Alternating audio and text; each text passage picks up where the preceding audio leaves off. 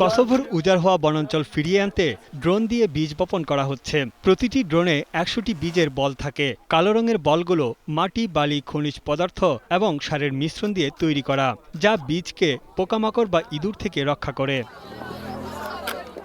Sustainability leadership Kosovo বা এসএলকে নামে অলাভজনক একটি সংস্থার তথ্য বলছে, বছরে ৭০০ হেক্টরের বেশি বনভূমি হারাচ্ছে কসোভো।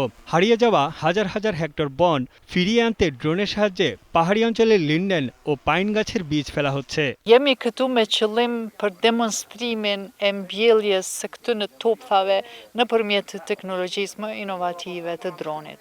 একটি ড্রোন ২ ঘন্টায় ১ হেক্টর জমিতে ২ থেকে ৫,০০০ বীজ রোপণ করতে পারে। হাতে রোপণের চেয়ে এই পদ্ধতিতে ৫ গুণ দ্রুত সময়ে করা যায়। এছাড়া ড্রোন দিয়ে প্রত্যন্ত ও দুর্গম অঞ্চলে বীজ বপন সম্ভব হচ্ছে।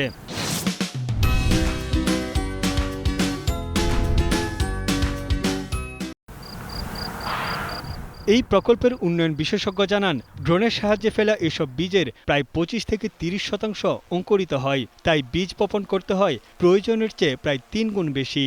The benefits of such technology is that we can plant on remote areas, so especially in areas where there was disasters such as fires or floods, where even firefighters had difficulties coming on the terrain.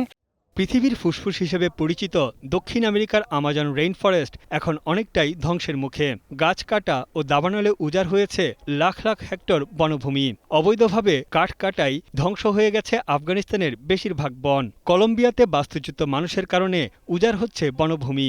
সম্প্রতি দাবানলে উজাড় হয়েছে Canada, Australia, California ও ভূমধ্যসাগরের আশেপাশের অঞ্চল।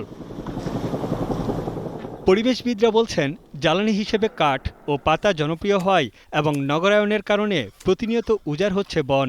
একদিকে ধ্বংস হচ্ছে পরিবেশ, অন্যদিকে বিপন্ন হচ্ছে বন্যপ্রাণী। দ্রুত বন উজাড় রোধে এই কৌশল ইতিমধ্যে মার্কিন যুক্তরাষ্ট্র, ব্রাজিল, আফ্রিকা ও ইউরোপে ব্যবহার করা হচ্ছে। তানভীর জনি, এখন বিশ্ব।